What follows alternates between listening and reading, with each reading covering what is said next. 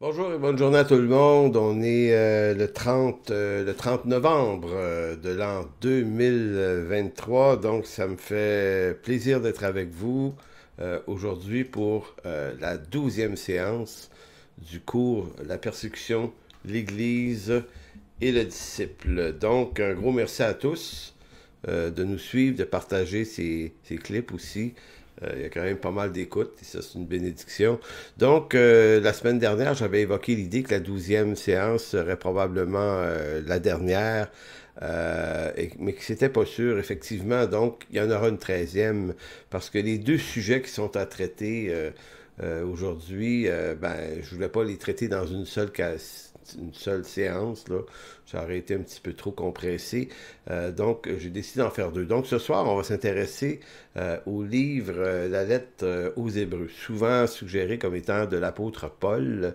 Donc, et c'est pas certain. Moi, je pense que oui, mais bon, l'idée, c'est que je vais appeler l'auteur, je vais l'appeler l'auteur, ça va éviter des controverses sur cette question-là qui sont pas très importantes. Donc, on va traiter de la lettre aux Hébreux et la semaine prochaine, dans la 13e séance, je vais absolument aborder la question de la sanctification pour terminer cette session. C'est important, la sanctification. J'ai vu à quel point il y avait quand même pas mal de mélange et d'une mauvaise compréhension de cette doctrine qui est extrêmement importante. Et pourquoi elle est importante dans le cadre d'un cours comme celui-ci? Ben, c'est qu'en période de trouble où notre foi peut être ébranlée par toutes sortes de circonstances qui nous appartiennent ou qu'on subit toutes sortes d'insécurités, de se savoir mis à part par Dieu pour son œuvre, c'est important. C'est important de savoir quelle est la sécurité qu'on trouve dans cette doctrine-là. Parce que oui, si on est appelé à se sanctifier, à se mettre à part pour lui, la sanctification est d'abord une œuvre de Dieu. C'est lui qui nous sanctifie pour lui-même par l'œuvre du salut. Donc, on va débroussailler ça la semaine prochaine. Cette semaine, on s'intéresse à la lettre aux Hébreux. Vous allez dire, mais pourquoi la lettre aux Hébreux? Mais parce que cette lettre est euh, une exhortation que je vais dire à deux niveaux, à la fois sévère, mais aussi à la fois un encouragement puissant devant la persécution. Comme on va le voir, c'est probablement la lettre qui correspond le plus à un milieu chrétien persécuté. Parce que cette lettre-là est écrite dans ce contexte-là. Les Juifs convertis d'Israël, de Jérusalem en particulier, mais probablement dans la diaspora aussi, subissaient des tensions, des pressions, du fait qu'ils se convertissaient, qu'ils se tournaient vers Jésus-Christ. Ça créait toutes sortes de problèmes et des graves problèmes qui les amenaient à l'idée de peut-être délaisser l'Église de Jésus-Christ et retourner aux traditions du judaïsme, donc aller dans les synagogues, ce qui entraînait de se refaire tout le culte des sacrifices animaux annuels au temple. Donc il y avait toute cette affaire-là qui rentrait en... Et tout ça parce que on voulait s'éviter des problèmes, peut-être. On les comprend, ces gens-là. On se dit, ouais, mais tu sais, si je pour perdre mon travail, perdre ma famille, perdre tout ça, est-ce que c'est si grave que ça de relâcher, de retourner en arrière? Alors, la lettre aux Hébreux, elle est écrite dans ce contexte-là. Donc, l'auteur veut sévèrement exhorter les chrétiens à dire non, non, vous ne pouvez pas retourner en arrière. Ce serait une forme d'abomination que de vous confier à nouveau dans le sang des taureaux ou des agneaux, puisque Christ est le dernier sacrifice. Donc, il ne voyait pas ici une affaire de cœur, parce que des fois, certains vont dire, oui, mais Dieu connaît mon cœur, il sait que je l'aime pareil, c'est pas grave, même si je vis telle chose. Et là, l'auteur de la lettre aux Hébreux va dire, non, non, c'est pas une affaire de cœur, c'est une affaire d'obéissance à la vérité. Donc, c'est ça, la lettre aux Hébreux.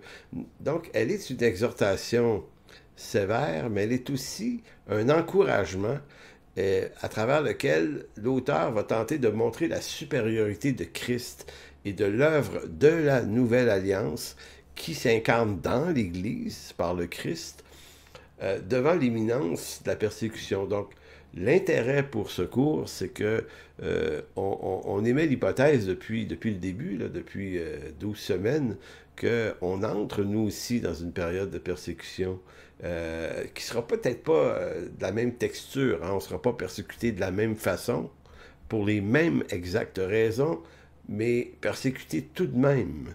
Et la persécution, telle qu'elle s'oppose, qu'elle nous confronte, nous amène à vouloir s'intéresser à une lettre qui a été écrite dans ce contexte-là. Et souvent, la lettre aux Hébreux, on l'évite. Moi, j'ai fait ça des fois, là, je lis ma Bible, des fois, la lettre aux Hébreux, je me dis, ah, bof, tentes-tu vraiment? C'est une lettre qui brasse un peu, qui nous remet en question. Mais en réalité, c'est peut-être une des lettres qu'on a le plus besoin en ce moment, dans les temps qu'on vit. Donc, la lettre aux Hébreux est une lettre extrêmement importante parce qu'elle traite notamment de la continuité et de la discontinuité entre l'Ancien et le Nouveau Testament. Je prends une minute pour vous parler de ça. Elle est importante parce qu'elle traite de sujets que les autres lettres ne traitent pas. En d'autres mots, si la lettre aux Hébreux n'était pas dans le Nouveau Testament, il y aurait un vide. Il y aurait un vide d'explication et d'instruction. Donc, c'est la lettre qui nous instruit le mieux sur la nouvelle alliance par Jésus-Christ à travers l'Église, mais c'est aussi celle qui nous montre toute la question du sacerdoce de Christ, la supériorité de Christ sur tous les acteurs de l'Ancien Testament.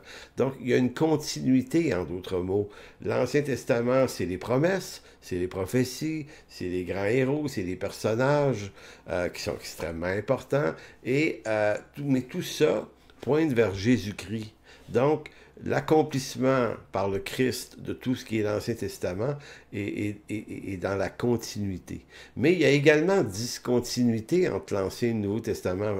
C'est pas une contradiction, là. La discontinuité, elle est beaucoup par rapport aux alliances.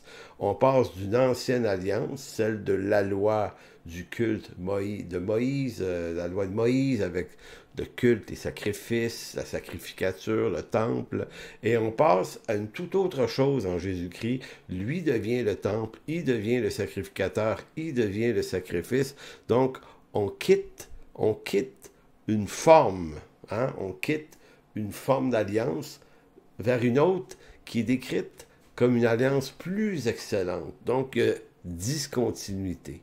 Donc, c'est pour ça qu'il importe de bien comprendre que cette lettre fut écrite dans un contexte de persécution que subissaient les Juifs convertis, en fait, on dirait persécutés par qui? Certains vont dire par les Romains. En fait, non.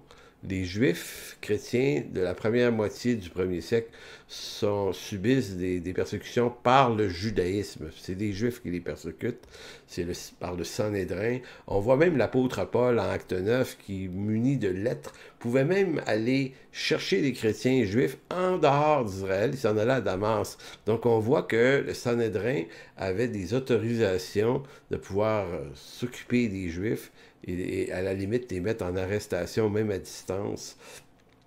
Donc c'est ça qui se passait. Cette lettre est d'autant plus importante pour nous que ce qui menace aujourd'hui l'Église, à certains points, est semblable à ce qui menaçait ces chrétiens juifs du temps apostolique. Donc, lorsqu'on se convertissait, il y a 2000 ans, c'était presque automatiquement le rejet de sa famille, le rejet de sa communauté. Il était vu comme un traître qui abandonnait l'alliance de la loi.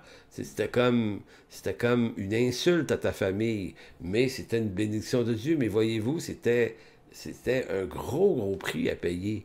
Perte d'emploi peut-être, perte du droit de parole, interdiction d'affirmer ses croyances et ses convictions chrétiennes. On le voit à travers Pierre et Jean à qui le Sanhédrin dans Actes 4 et 5 leur interdisent de parler de leurs croyances, ce que les apôtres vont refuser. Ils vont dire là, dans ce cas-ci, on doit obéir à Dieu plutôt qu'aux hommes. C'est possiblement des arrestations, des emprisonnements. L'apôtre Pierre, Jean, l'apôtre Paul ont été emprisonnés. Donc, c'est ça le monde apostolique. Donc, de nos jours, à nous maintenant, on va être persécutés de façon différente, dans un autre contexte culturel, mais c'est la même chose. Des persécutions, c'est des pertes de privilèges, des rejets de toutes sortes. C'est moins dans l'expression du rejet de nos familles. Hein. Moi, je me suis converti, mes parents ont posé une couple de questions, il y avait quelques inquiétudes, mais bon, finalement, ils ont trouvé ça bien correct. Vous savez, on ne subit pas les mêmes tension que ces gens-là pouvaient vivre, être rejeté de sa famille, de son confort, de son travail, de sa communauté, c'est extrêmement difficile. Donc, on peut pas, en tout cas pour autant, on ne peut pas se comparer dans le prêt à payer aujourd'hui, ici en Occident, ces gens-là. Mais il y a des chrétiens dans le monde, hein? Dans certains pays musulmans, là, en Chine notamment, en Corée du Sud, et dans certains pays africains aussi, là, ça peut être très très dur de se convertir. Il y a un prêt à payer qui est très très concret. De nos jours, ici en Occident, ce qu'on va voir à quelques reprises depuis une vingtaine d'années, ça a été documenté des professeurs qui ont perdu leur travail, notamment dans les universités américaines, des profs de sciences qui reconnaissaient à croire un créationnisme biblique, et non pas de façon naïve, mais de manière défendable sur des plans scientifiques. Certains ont perdu leur emploi, là, pas tous, dans toutes les universités, mais il y a des profs qui ont littéralement perdu leur emploi. Et moi, j'ai parlé à une avocate ontarienne, il y a peut-être 2, 3 ans de ça, qui me disait qu'elle sentait qu'elle allait plus pouvoir travailler pour le gouvernement canadien parce que il fallait peut-être signer des documents comme quoi on reconnaît les valeurs canadiennes en matière d'avortement, de mariage gay. Il y avait d'autres choses, théorie des genres, il y avait toutes sortes de trucs. Puis elle me dit, mais moi, je peux pas signer ça, là. Fait que c'est pas qu'elle se fait mettre dehors, c'est qu'elle n'a pas le choix de quitter, mais ça revient au même. Donc, vous voyez, ce genre d'affaires-là, c'est assez complexe. C'est pour ça que ça se touche beaucoup les emplois qui sont au niveau de l'État, que ce soit ici au Québec ou au Canada, dès qu'on travaille dans une institution du gouvernement, que ce soit dans les hôpitaux, dans les écoles, cégep, universités, ou qu'on travaille directement pour le gouvernement, ici, là, ça commence à arriver. Donc, c'est pour ça que c'est assez complexe. C'est pourquoi la lettre aux Hébreux est un solide encouragement, un enseignement de qualité, parce que c'est ce que ces chrétiens-là vivaient, c'est ce que les vents contraires aujourd'hui vont nous faire vivre aussi. Donc, la lettre aux Hébreux encourage les chrétiens à persévérer malgré la persécution. Ça, c'est un des points riches de cette lettre-là. D'autre chose, elle menace de châtiments sévères tous ceux qui seraient tentés de laisser la foi pour éviter les troubles dus à la persécution. Donc, elle te dit que la persécution n'est pas une raison de relâchement. L'autre point très présent dans la lettre aux Hébreux à plusieurs reprises, elle remet en question le salut véritable de ceux qui retournent en arrière au sacrifice du temple. Donc, c'est comme si, pour l'auteur, retourner au sacrifice du temple, là, se confier, c'est probablement une démonstration que tu n'as jamais connu le Christ. Donc, c'est pas une perte de salut, c'est une ignorance du salut. Donc, l'Église, elle, on le sait, se remplit de gens. On sait que le blé est livré. On sait ça. Puis c'est pas à nous d'en juger là, de cette affaire-là. On doit faire très attention. Mais c'est pas parce que tout le monde va à l'Église que tout le monde appartient à Christ. Donc, dans les périodes de persécution, cette chose-là se met en lumière un peu plus. Ceux qui ont tendance à se retirer et qui n'ont pas de problème à retourner à leur ancienne vie montrent par ceci qu'ils n'appartiennent pas à Christ. Maintenant, je ne suis pas en train de dire que tous ceux qui relâchent, qui abandonnent un bout de temps, ne sont pas croyants ou ne sont pas sauvés. Parce que ceux qui sont sauvés, mais qui se relâchent, vont être mis sous discipline par Dieu. C'est ce qu'on va voir aujourd'hui. Donc Dieu châtie et corrige ceux qui lui appartiennent. Et ceux qui ne lui appartiennent pas vont délaisser, vont retourner aux anciennes choses. Et pour les Juifs du temps, c'était retourner au judaïsme et à tout ce que ça implique. Aujourd'hui, c'est retourné à plein d'autres choses. C'est pas la même implication, mais ça reste que c'est un péché, je dirais, de même texture, celui du relâchement. Donc, à quelques différences près, les réactions des chrétiens juifs du temps apostolique, décrits dans la lettre aux Hébreux, se reproduisent en ce moment dans notre temps. Donc, nous, les persécutions qu'on subit, c'est un peu la même chose. Eux, les Juifs, et on va le voir, abandonnaient le rassemblement en église locale. On voit ça dans Hébreux 10. Euh, il y avait plein d'autres choses, il y avait tout le relâchement, il y avait une certaine paresse, il y a beaucoup de choses qui leur sont reprochées dans la lettre aux Hébreux. En notre temps, il y a des différences, mais l'abandon de l'Église locale pour vivre sa foi en marge de l'Église, c'est un péché très actuel, puis c'est pas un péché sans importance, bien que certains le prennent avec banalité.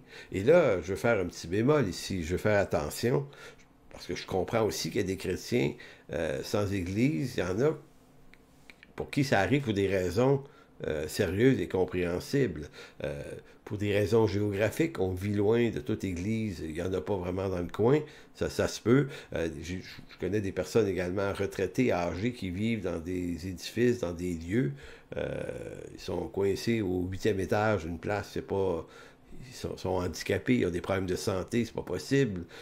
Donc, écoutez, je ne veux pas être dogmatique là-dessus. Il y a des contextes qui se comprennent. Il y a des personnes qui ont été blessées aussi gravement par des églises, donc qui sont en distanciation. Mais dans ce cas-là, on peut respecter ça, là, que vous ayez besoin du temps pour vous refaire une tête. Mais j'encourage quand même à retrouver une église, si tant est que vous ne pouvez pas retourner dans la même où vous avez vécu le trouble. Bien, il y en a d'autres églises et c'est pas un péché d'en choisir une autre. Le problème, ça serait de ne plus vouloir en choisir au nom qu'il n'y a pas de bonnes églises, par exemple. On est tellement dans l'amertume qu'on ne voit plus rien de bon chez les chrétiens. Mais en fait, on n'a pas besoin de voir quelque chose de bon chez les chrétiens pour choisir de retourner à l'Église. C'est une ordonnance biblique du Nouveau Testament. La foi n'est pas sans une Église. On ne peut pas dire, oui, mais moi, c'est l'Église universelle. C'est incompatible avec l'Écriture de dire une chose pareille. Hein? C'est une fausse route. L'Église universelle se décline en Église locale. C'est la même chose. On ne peut pas choisir une ou l'autre. Les deux viennent. La Bible, le Nouveau Testament, est écrit en fonction d'une réalité de communauté, de relation, de communion entre les saints. Donc, c'est ça la réalité. Donc, si vous vivez en dehors de l'Église, je vous encourage, je vous exhorte, parce que c'est ce que la lettre aux Hébreux fait. On doit être dans une communauté de foi. Et si tant est que ce n'est pas possible sur le plan géographique, aujourd'hui, plusieurs églises, la nôtre, mais plusieurs autres, offrent aussi la possibilité d'un attachement en distance, tant qu'on le fait savoir à cette Église, tant qu'on la soutient, tant qu'on rend des comptes à ses anciens, qu'on se reste attaché à elle malgré la distance, il y a toujours moyen de faire des choses nouvelles, les moyens électroniques, les Zooms, les Facebook Live, tout ça, ça nous permet aujourd'hui. D'ailleurs, ça en est la preuve, ce cours. Je suis capable de donner un enseignement à tout le monde de notre Église. Et chacun peut rester chez eux et ça fonctionne, puis l'efficacité est là. Donc, c'est ça les problèmes aujourd'hui. Certains, ça va tomber plus dans les domaines d'hérésie. Et là, comprenez-moi bien, parce qu'on vit dans un temps de tension où les valeurs de ce monde, les valeurs sociales très gauchisantes de ce monde, imposent un narratif social très fort, bien, la réaction des chrétiens, dans bien des cas, puis c'est inconscient peut-être, ça va être de modifier un peu le récit biblique, lui donner une nouvelle image, une image plus douce, plus acceptable. Donc, c'est dans ce cas-là qu'on va chercher à négliger la doctrine du jugement final de Dieu, des réprouvés. On va dire, ouais, c'est un peu trop, ça sonne pas bien, ça, dans notre temps. Donc, certains versent vers un salut universel qui leur apparaît émotionnellement plus acceptable, alors que l'Écriture contredit clairement cette question-là. Il y a toute la réinterprétation également des textes bibliques pour leur donner une saveur plus actualisée sur les questions morales, donc sur la question du mariage, donc on diminue l'importance du mariage, certains même le considèrent pas. Il y a toute la question de la banalisation de l'hétérosexualité immorale. C'est pas, parce que des fois, on pointe l'homosexualité, mais à un instant, être un hétérosexuel et vivre dans le désordre, c'est pas mieux, là. C'est pas moins pire. Donc, toute la question sexuelle, homosexualité, hétérosexualité, interdit par l'Écriture, qui est banalisée ou qui est normalisée ou actualisée, ben ça, c'est une façon de vouloir rendre l'Évangile, dire, moi je suis chrétien, mais je vous présente la Bible, mais moi je vous le présente avec un peu plus d'humanité. Donc c'est comme si on voulait ramener l'Évangile au goût du jour. Donc on va comme ça à abandonner toutes sortes de doctrines. Je vous donne un exemple. L'offre du salut est présentée par beaucoup de chrétiens aujourd'hui comme au même niveau que les valeurs des droits et libertés de la personne et du citoyen. En d'autres mots, on est tellement libre qu'on peut accepter Jésus, mais un coup qu'on l'a accepté, on peut décider de ne plus l'accepter. Je me suis fait dire ça dernièrement. On n'est pas des robots, donc on fait ce qu'on veut. Dieu respecte parce qu'il nous aime. Maintenant, cette doctrine-là n'a rien à voir avec l'Écriture. Ça fait...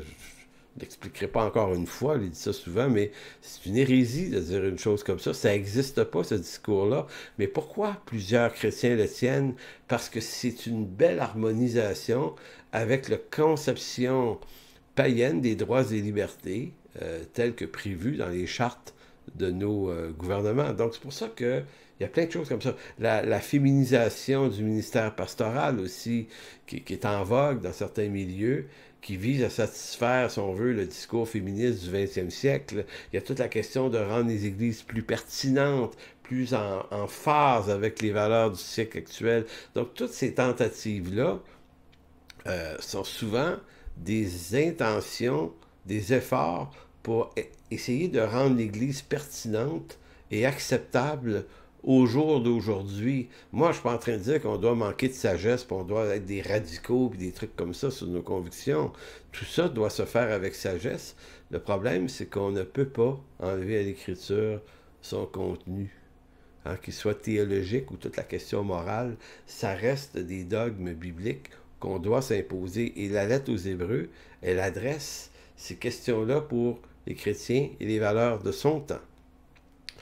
Or, c'est là que la lettre aux Hébreux prend toute son importance, car elle nous instruit à rester fidèles, malgré les douleurs de la persécution, malgré le contenu de la théologie biblique du Nouveau Testament, parce que l'importance de ça, c'est de ne pas oublier une des vérités les plus fondamentales de la lettre aux Hébreux, c'est que Dieu châtie et reprend ceux qui négligent. Châtie ceux qu'il considère comme ses enfants, et qui vont négliger un si grand salut. Allez dans Hébreux 3.12. L'auteur dira, « Prenez garde, frères, que quelques-uns de vous n'aient le cœur mauvais et incrédule au point de se détourner du Dieu vivant. » Écoutez, c'est quand même clair. Mais il dit, « Mais exhortez-vous les uns les autres chaque jour aussi longtemps qu'on peut dire aujourd'hui, afin que chacun ne s'endurcisse par la séduction du péché. » De quel péché il s'agit là, ici? Parce que péché il y a 2000 ans, péché aujourd'hui, il y a des péchés correspondants, mais il y a des désordres qui sont de nature historique et culturelle aussi. Donc, qu'est-ce que ça voulait dire, ça, dans la tête d'un juif il y a 2000 ans? Donc, ne s'endurcissent par la séduction du péché, car nous sommes devenus participants de Christ, pourvu que nous retenions fermement jusqu'à la fin l'assurance que nous avions au commencement. Donc, on va voir ça tout à l'heure, la doctrine de la persévérance. En d'autres mots, l'auteur ici va dire, si vous retournez en arrière et que vous êtes participant de Christ, vous devez retenir l'assurance que vous aviez depuis le début jusqu'à la fin. Dieu devrait vous faire persévérer. Vous pouvez tomber, vous pouvez passer à côté, vous pouvez désobéir, vous pouvez être rebelle des fois, oui. Mais si vous appartenez au Seigneur, Dieu va vous relever, et des fois avec châtiment et douleur. Si vous ne lui appartenez pas, ben vous ne retiendrez pas jusqu'à la fin ce message. Vous allez l'abandonner, mais ça va être une preuve de perdition et non pas de perte de salut. Donc, trois, quatre grands éléments contenus dans la lettre aux Hébreux qui sont importants dans ce contexte de ce cours, c'est que parce que, au fond, ce que l'auteur veut dire aux Hébreux, c'est que vous ne pouvez pas retourner en arrière pour les raisons suivantes. Un, c'est que Christ est supérieur à tous les acteurs de l'ancienne alliance, Moïse, Aaron et le temple. Donc, quand vous retournez en arrière, vous retournez à moins. Christ est au cœur de l'accomplissement des promesses abrahamiques. Donc, si Christ est l'accomplissement de ces choses, vous êtes perdant de retourner en arrière, même si vous le faites parce que vous avez peur.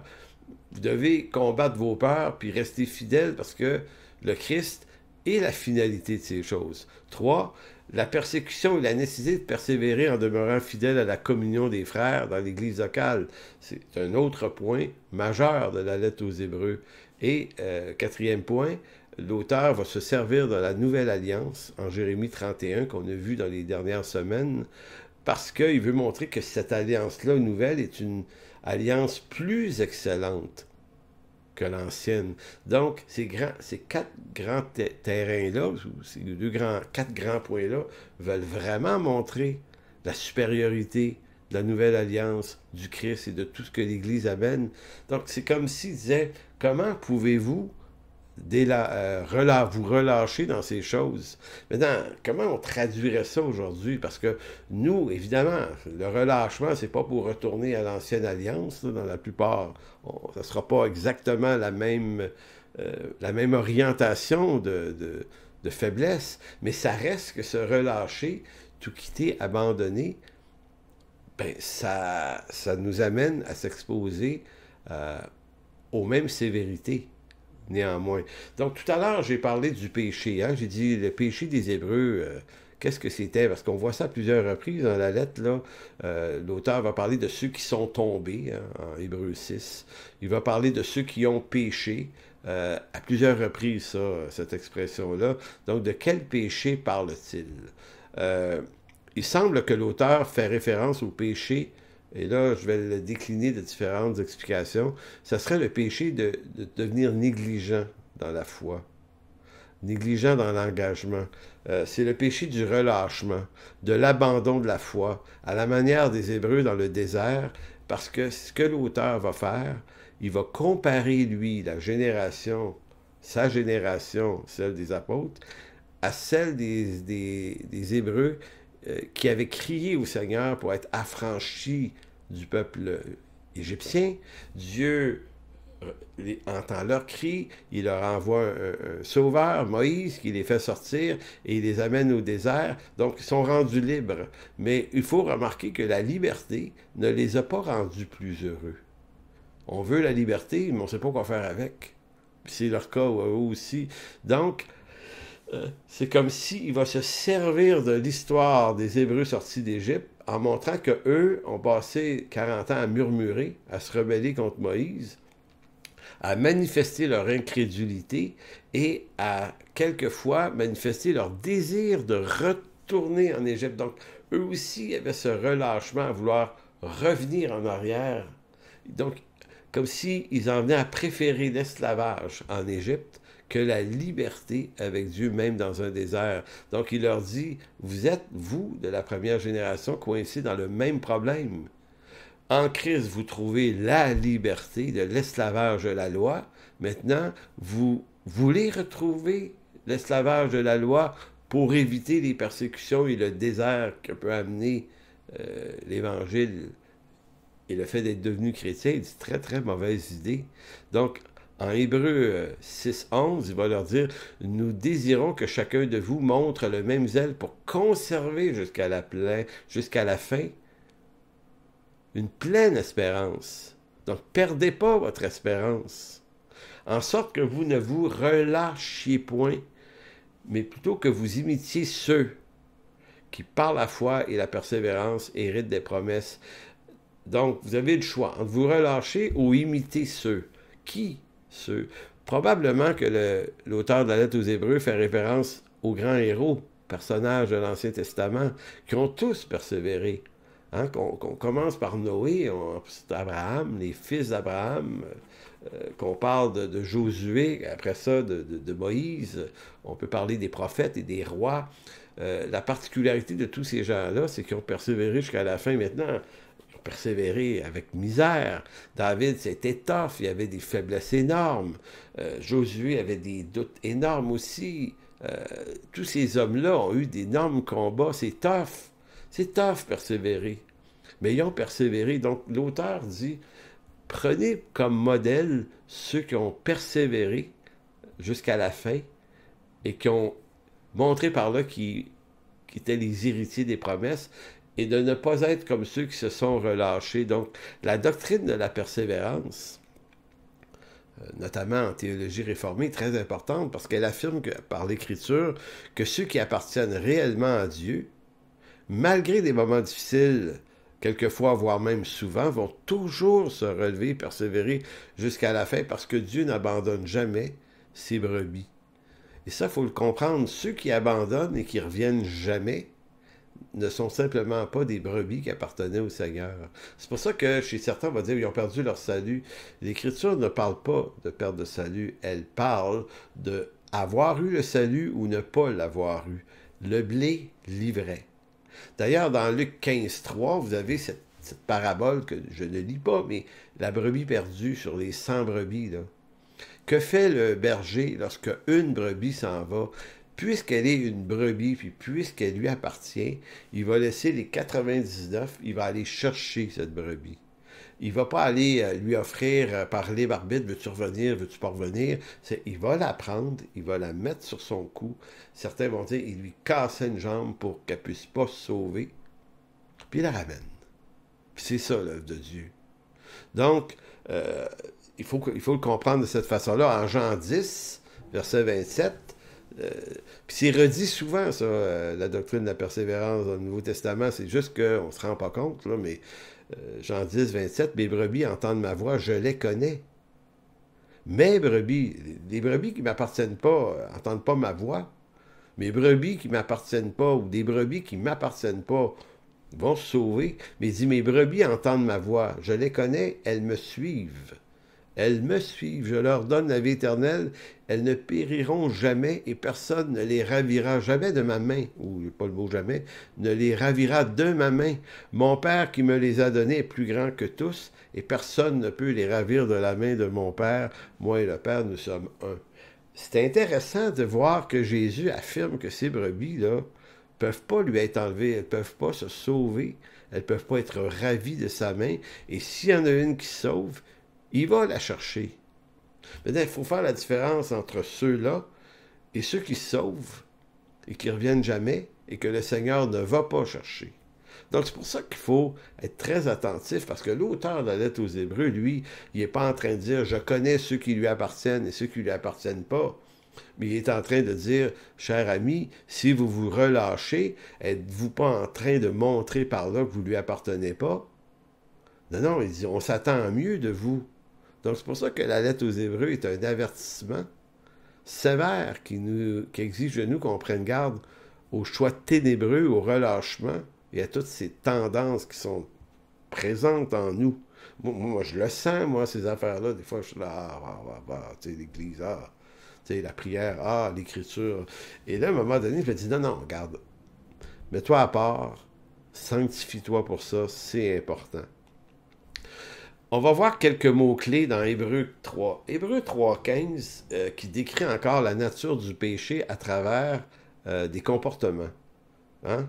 Hébreux 3,15 qui dit pendant qu'il est dit « Aujourd'hui, si vous entendez sa voix, n'endurcissez pas vos cœurs. » Donc, l'endurcissement. Comme lors de la révolte, qui furent en effet ceux qui se révoltèrent. Donc, il y avait l'endurcissement. Il y a la révolte aussi, qui est un problème des Hébreux qui sont sortis d'Égypte. Ils se sont endurcis, ils se sont révoltés. Donc, je vais lire le texte, puis on va voir les mots après, ça va être plus simple. Pendant qu'il est dit aujourd'hui, si vous entendez sa voix, n'endurcissez pas vos cœurs comme lors de la révolte, qui furent en effet ceux qui se révoltèrent après l'avoir entendu, sinon ceux qui étaient sortis d'Égypte sous la conduite de Moïse, et contre qui Dieu fut-il irrité pendant 40 ans, sinon contre ceux qui péchaient et dont les cadavres tombèrent dans le désert ainsi. Et à qui jura-t-il qu'il n'entrerait pas dans son repos, sinon à ceux qui avaient désobéi? Aussi, voyons-nous qu'ils ne purent y entrer à cause de leur incrédulité. Donc, il décrit la génération des Hébreux qui sont sortis d'Égypte, et les péchés, c'est l'endurcissement, la révolte, la désobéissance et l'incrédulité. Maintenant, s'il leur rappelle à eux, ces Juifs-là, la première génération de l'Église, cette histoire-là, c'est qu'il est en train de leur dire, mais vous êtes en train de faire à peu près la même chose. Maintenant, comme aujourd'hui, quand des gens abandonnent l'Église ou délaissent, ils vont dire non, non, mais moi je continue à croire. Puis moi, je suis d'accord avec ça. Je sais, peut-être que c'est pas. Vous n'êtes pas allé dans l'athéisme nécessairement, mais en même temps, est-ce que je peux se permettre de vous dire que c'était pas une bonne idée? Il fallait persévérer. Maintenant que si vous êtes relâché, vous pouvez revenir. Là. C'est ça l'œuvre de Dieu, c'est de relever le pécheur, de lui pardonner et de le réinstituer dans une église, dans une communauté de foi. D'ailleurs, on entendait un frère en fin de semaine à qui c'est arrivé. C'est une vingtaine d'années, je pense, lui qui avait tout quitté pour toutes sortes de problèmes qu'il avait eu. Puis, tu sais, comme il disait, moi, j'ai jamais cessé de croire, là, mais sauf qu'il dit, arrivé, là, dernièrement, il dit, je me suis dit, non, non, faut que j'arrête ça. Faut que je retrouve une communauté de foi. Puis il s'est trouvé une église quelque part sur la rive sud. Puis il dit, ça me fait tellement du bien de retrouver une famille. Puis les gens de cette église-là, ils ne connaissaient pas. Là. Il est arrivé là, puis il dit, bon, ben... Mais il a été accueilli, puis ça a ravivé sa foi, puis il va bien. Donc, la foi ne se vit pas soit seul à la maison. L'Écriture ne le permet pas. Donc, c'est pour ça que l'auteur de la lettre aux Hébreux fait une corrélation entre la génération de Moïse dans le désert et la première génération de chrétiens juifs de son temps qui semblaient être aussi tentés de retourner en arrière et se remettre dans les traditions du judaïsme, le culte du temple pour éviter des persécutions. Maintenant, je vous disais tout à l'heure, on ne posera pas les mêmes gestes de désobéissance que eux, parce que ce sont des Juifs, puis ils ont un contexte. Eux autres, c'est retourner au temple, c'est retourner au culte. Maintenant, je le répète, se relâcher, ça reste un problème de même texture quand même. C'est la même attitude, c'est le même fond, c'est le relâchement. C'est pour ça que dans Hébreux 10, verset 23, tout à l'heure, je vous lisais dans Hébreux 3, les mots qui qualifient la nature du péché commis. Maintenant, en Hébreux 10, l'auteur mentionne des mots, des verbes qui sont de la nature des bonnes choses à faire. Verset 23, Hébreux 10, retenons fermement la profession de notre espérance. Car celui qui a fait la promesse est fidèle. Veillons les uns sur les autres pour nous exciter à la charité et aux bonnes œuvres. N'abandonnons pas notre assemblée comme c'est la coutume de quelques-uns. Exhortons-nous réciproquement, et cela d'autant plus que nous voyons s'approcher le jour. Car si nous péchons volontairement après avoir reçu la connaissance de la vérité, il ne reste plus de sacrifice pour les péchés, mais une attente terrible du jugement et l'ardeur d'un feu qui dévorera les rebelles. Ce texte-là est chargé, là. Donc, les bonnes choses à faire, c'est de retenir fermement, verset 23. Verset 24, c'est de veiller les uns sur les autres. Et verset 25, de ne pas abandonner son assemblée. Ici, on ne peut pas l'utiliser pour quelqu'un qui nous dirait, ben garde, je ne veux plus venir à ton église pour X, Y, Z raison, je vais changer d'église. On ne peut pas utiliser ce verset-là à cette fin-là. Une personne a la liberté devant Dieu de se laisser diriger si tant est qu'elle croit qu'elle va grandir plus de maturité, ou pour des raisons de conflit, là, ce qui est fréquent dans les églises, tu perds ta paix à cet endroit-là. Ça ne veut pas dire que l'endroit n'est pas habité par Dieu, là. Ça veut juste dire que cette communauté-là a fait en sorte que toi, tu as perdu ta paix, ta joie, puis tu es peut-être mieux d'aller la retrouver ailleurs. Cependant, si tu quittes, retourne dans une autre église. Mais ici, le péché, c'était d'abandonner le rassemblement d'eux-mêmes, cette habitude de s'assembler. Donc, c'est vraiment de l'église locale dont il s'agit. Donc, puis il dit, n'abandonnez pas cette habitude de vous assembler, d'autant plus que vous voyez s'approcher le jour. Tu sais, on entend un écho à la fin des temps, à la fin... Donc, voyez-vous, c'est comme si pour l'auteur, on est là, là. Et très honnêtement, 2000 ans plus tard, on est 2000 ans plus proche de ce jour. Donc, c'est encore aussi vrai aujourd'hui que puisqu'on voit le jour arriver, puisqu'on voit que le monde est troublant, puisqu'on voit que des vents contraires se lèvent, que ce monde politique se disloque tranquillement sous nos yeux, voyant toutes ces choses, c'est justement une mauvaise idée d'abandonner le rassemblement en église locale. Verset 26, c'est sévère, si nous péchons volontairement après avoir reçu la connaissance de la vérité. En d'autres mots, c'est une façon de dire, si vous Si vous n'avez pas de problème à tout quitter, pour eux, là, vous êtes retourné en arrière, vous êtes retourné au temple, vous êtes retourné à toutes ces choses-là, et que ça ne vous fait pas un pli sur la conscience, ben vous n'appartenez pas au Christ. Et là, vous venez de vous décréter vous-même dans une attente terrible d'un jugement, par le feu qui dévorera les rebelles. Donc c'est pour ça que, quelquefois, il faut rappeler à nos communautés chrétiennes et à certaines personnes, es-tu vraiment né de nouveau, là, toi, là? Es-tu vraiment né de nouveau ou pas? Parce que tu as l'abandon facile, tu as la négligence tellement facile. Donc, il faut rester attaché au Seigneur. Puis là, on ne sera pas sauvé par nos œuvres pour autant. Mais rester attaché à notre Église est une marque d'appartenance à Dieu. Donc, c'est extrêmement important, toutes ces choses. Si d'une part, au chapitre 10, 26 et 27, il menace ceux qui se relâchent d'un terrible jugement, sous-entendant, ben, c'est que vous ne l'avez pas connu. Vous n'avez pas connu le Seigneur parce que vous avez tout quitté. Vous passerez par un jugement. Pour les autres qui appartiennent au Christ, vraiment, Hébreux 12, 2 chapitres plus loin, on voit l'autre possibilité. Donc, je répète, il y a deux possibilités. Ou bien vous ne lui appartenez pas et que c'est un jugement qui vous attend, ou bien vous lui appartenez et c'est une correction qui vous attend. Dieu corrige ses enfants. Donc, Hébreux 12, 3, considérez en effet celui qui a supporté contre sa personne une telle opposition de la part des pécheurs afin que vous ne vous lassiez point l'âme découragée. Vous n'avez pas encore résisté jusqu'au sang, luttant contre le péché, et vous avez oublié l'exhortation qui vous a été adressée comme à des fils. Mon fils, ne méprise pas le châtiment de Dieu, ne perds pas courage lorsqu'il te reprend, car le Seigneur châtie celui qu'il aime, il frappe de la verge tous ceux qu'il reconnaît pour ses fils. Supporter le châtiment, c'est comme des fils que Dieu vous traite, car quel est le fils qu'un père ne châtie pas? Mais si vous êtes exempt du châtiment auquel tous ont part, vous êtes donc des enfants illégitimes et non des fils. Donc, l'auteur de la lettre aux Hébreux, contrairement à ce que vont dire certains, ne propose pas de perte de salut, mais éclaircit la notion de l'appartenance réelle à Jésus-Christ de ceux qui ont une expérience religieuse, mais qui n'appartiennent pas à Christ, même si on fait un bout de chemin. Et à travers ce texte-là, on comprend peut-être un peu mieux cette déclaration, qui me souviens bien dans les Matthieu, je pense que c'est Matthieu 25,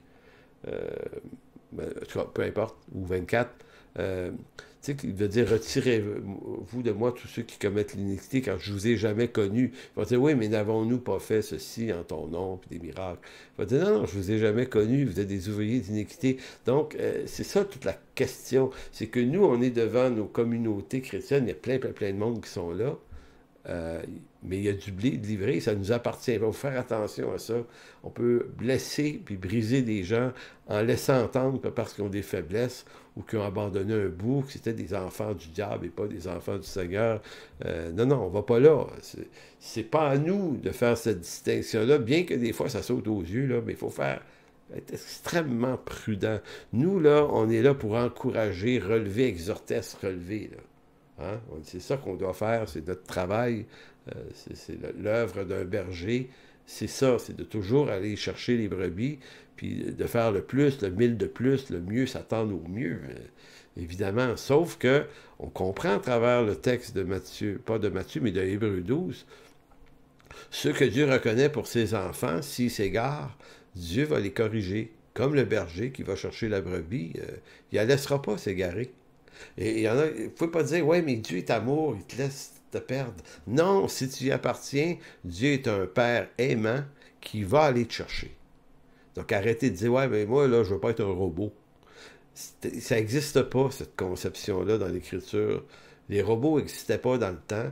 Et si on appartient au Christ, on est entré dans une alliance et le Seigneur nous a coincés là. Pour notre bonheur. Donc, arrêtez de dire, ah, t'es un robot, moi je suis libre, je l'ai accepté, mais je peux y renoncer, ça m'appartient. Ça, c'est de l'arrogance. et de l'ignorance théologique, malheureusement. Donc, allons maintenant vers la dernière partie du cours.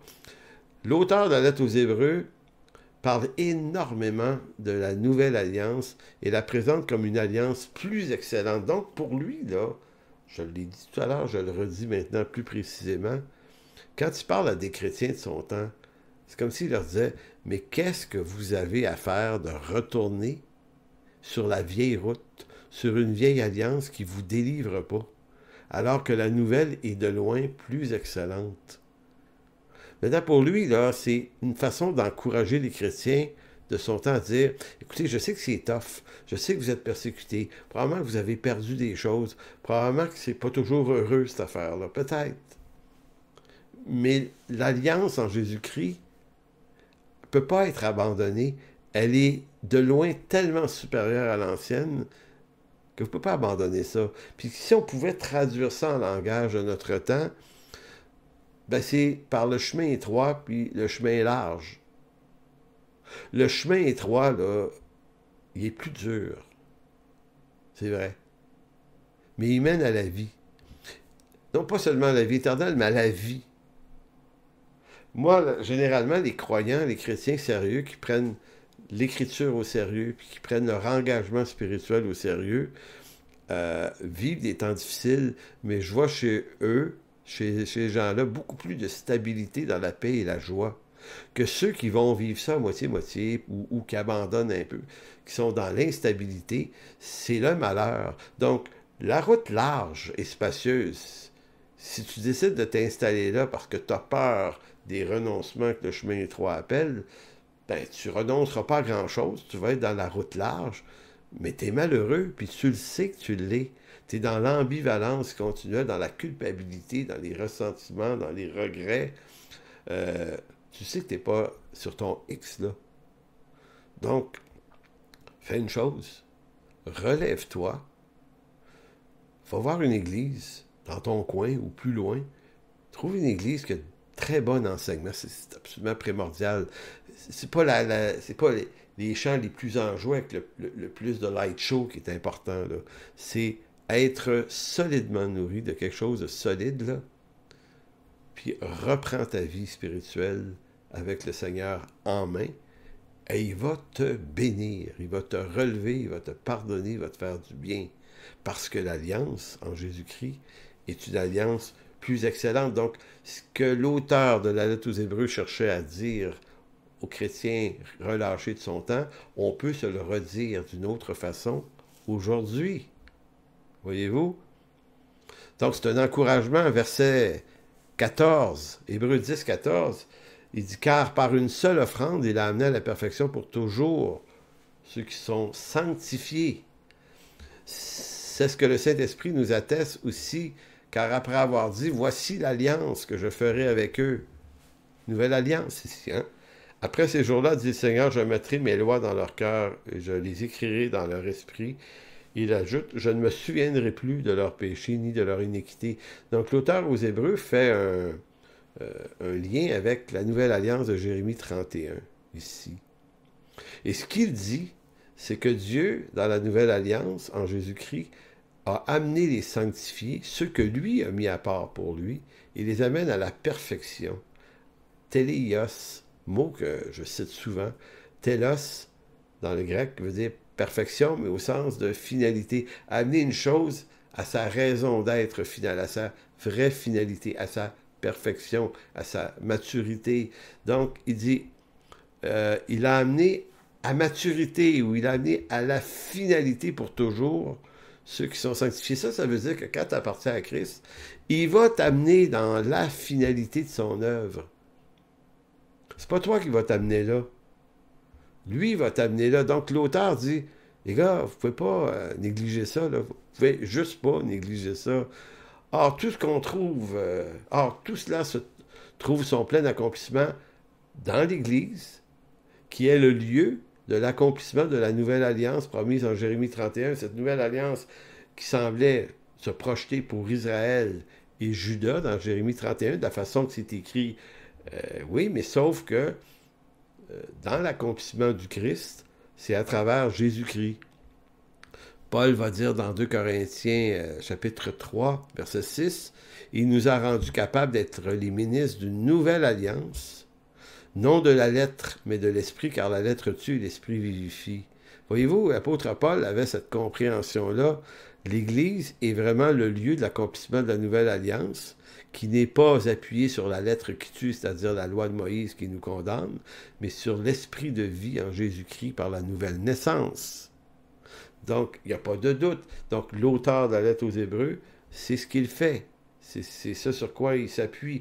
Donc, Hébreux 1, et là, vous voyez, c'est un détail en apparence, sans plus ou moins d'importance, mais qui est de la plus haute importance. L'auteur mentionne dès le début de la lettre aux Hébreux la chose suivante. Hébreux 1, 1 à 3.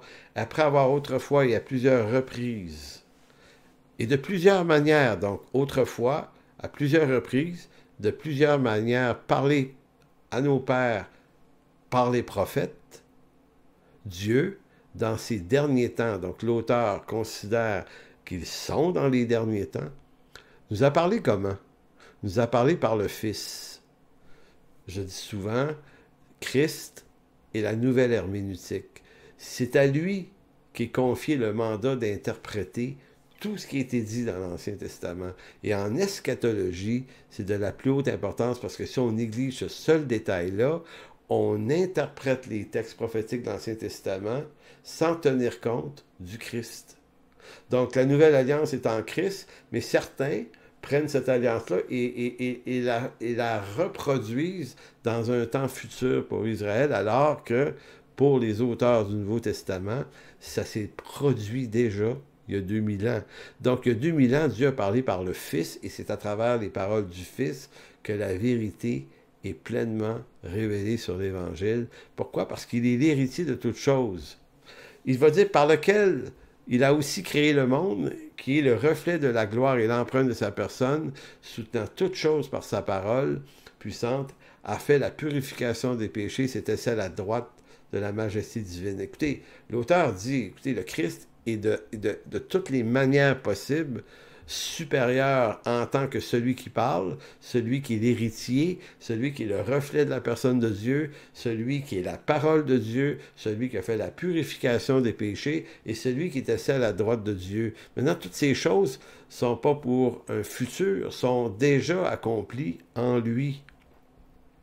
Visiblement, l'auteur voyait la première venue du Messie il y a 2000 ans comme étant l'étape finale de l'accomplissement prophétique, puisqu'il mentionne dans le texte, le Christ, le Père a parlé par le Fils dans ces derniers temps.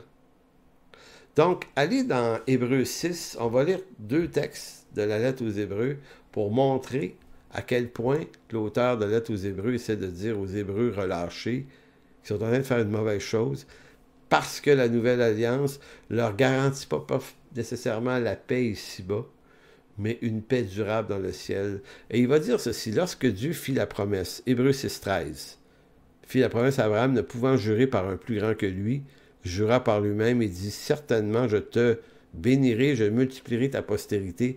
Et c'est ainsi qu'Abraham, ayant persévéré, obtint l'effet de la promesse.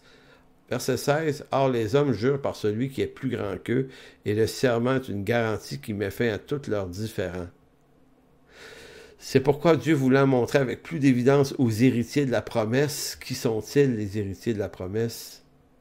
Ben, c'est les saints de l'Église, là. Donc, voulant montrer avec plus d'évidence aux héritiers de la promesse, l'immutabilité de sa résolution intervient par un serment, afin que par 2 choses immuables dans lesquelles il est impossible que Dieu mente, nous trouvions, quoi? Un puissant encouragement. Nous, dont le seul refuge a été de saisir l'espérance qui nous était proposée, cette espérance, nous la possédons comme une ancre de l'âme sûre et solide, elle pénètre au-delà du voile, là où Christ, où Jésus est entré, pour nous comme précurseur, a été fait souverain sacrificateur pour toujours selon l'ordre de Melchizedek. Donc vous voyez là, c'est comme s'il disait, il y a entre le Christ et nous un câble, une ancre, comme si le Christ était à l'autre bout, tenait cette chaîne, et l'encre pénétrait dans notre âme, Ou, si on veut, le contraire, il y avait un câble, une chaîne attachée à notre âme, et au bout de la chaîne, il y a le Christ qui tient l'ancre, et il a amené cette ancre-là dans le lieu très saint, au-delà du voile, image de la présence de Dieu. Donc, si on est dans ce monde, on est déjà lié par une ancre sûre à cette présence du Dieu trois fois saint. Donc, on ne peut pas perdre ce privilège-là, c'est pas possible. Donc, verset 20, Hébreux 7, 20. Hébreux 7, 20 est écrit: « Et comme cela n'a pas eu lieu sans serment, on a vu tout à l'heure, il a fallu un serment, car tandis que les Lévites sont devenus sacrificateurs sans serment, Jésus l'est devenu avec serment par celui qui lui a dit: Le Seigneur a juré, ne se repentira pas, tu es sacrificateur pour toujours selon l'ordre de Melchisédek. » Hein? Texte qui avait été annoncé par David dans le psaume 110 et repris par l'auteur de la lettre aux Hébreux. Puis il va dire, Jésus est par cela même le garant d'une alliance plus excellente. Donc Jésus accomplit cette promesse qui avait été d'abord faite à Abraham dans le livre de la Genèse, qui a été rementionnée dans le psaume 110, qui a été mentionnée à travers la nouvelle alliance de Jérémie 31 et qui s'accomplit par une alliance en Jésus-Christ. Il dit alliance plus excellente. Donc encore ici, il est en train de dire, vous ne pouvez pas abandonner ce qui est excellent. Si c'était vrai pour les Hébreux de la première génération, ça l'est encore plus. Donc, verset 23, de plus, il y a eu des sacrificateurs en grand nombre, parce que la mort les empêchait d'être permanents, mais lui, Jésus, parce qu'il demeure éternellement, possède un sacerdoce qui n'est pas transmissible. C'est pourquoi il peut sauver parfaitement ceux qui s'approchent de Dieu par lui, étant toujours prêt d'intercéder à la manière d'un avocat, là, ici, en leur faveur. Il sauve parfaitement. Donc, en conclusion de quoi? En ces temps troublés que traverse notre monde, notre assurance n'est pas en ceux qui souhaitent politiquement changer ce monde pour en faire un monde meilleur. Ça n'arrivera pas, ça. Ça fait des milliers d'années que l'homme essaye de sauver le monde par ses propres moyens politiques, et ça ne fonctionne pas. Dieu a donné à l'homme les gouvernements pour gérer le chaos le mieux possible, mais il peut le gérer en partie seulement. Mais le chaos finit toujours par déborder puis par l'emporter. Donc, notre assurance n'est pas en ce monde. Donc, c'est pourquoi vous et moi persévérons dans la foi au Christ. Notre lieu d'habitation, c'est le temple qui est l'Église maintenant. Nous n'habitons pas dans un temple de main d'homme, mais dans un temple qui est une fabrication de Dieu en esprit. Je réitère encore cette idée. La foi, la vie chrétienne, ça commence par une église locale, par la communauté des saints. Sinon, c'est une utopie qu'on se raconte, en pensant qu'on peut vivre ça seul. Mieux connaître la Sainte Doctrine pour construire en nos cœurs une structure théologique solide, fondée sur l'accomplissement de cette nouvelle alliance, est un gage de solidité, de persévérance devant les vents contraires qui se lèvent contre la foi chrétienne en Occident, mais ailleurs dans le monde.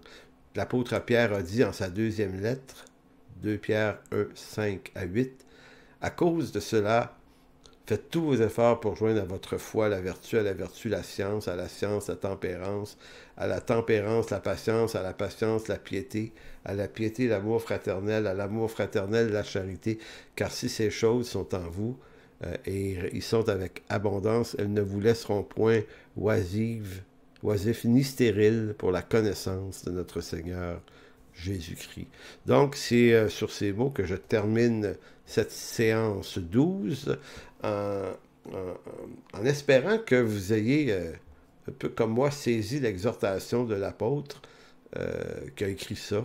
Si c'est Paul, tant mieux, tant pis, mais le point, c'est de comprendre que puisqu'on voit venir des jours mauvais, la chose qu'on a le plus besoin, frères et sœurs, c'est de se trouver une assemblée locale, de s'y engager fidèlement, de toutes les manières possibles, parce que ça, c'est une solide protection pour nous, solide encouragement dans des temps difficiles. Alors que Dieu vous bénisse. La semaine prochaine, 13e séance, on va explorer toute la question de la sanctification. Donc d'ici là, portez-vous bien.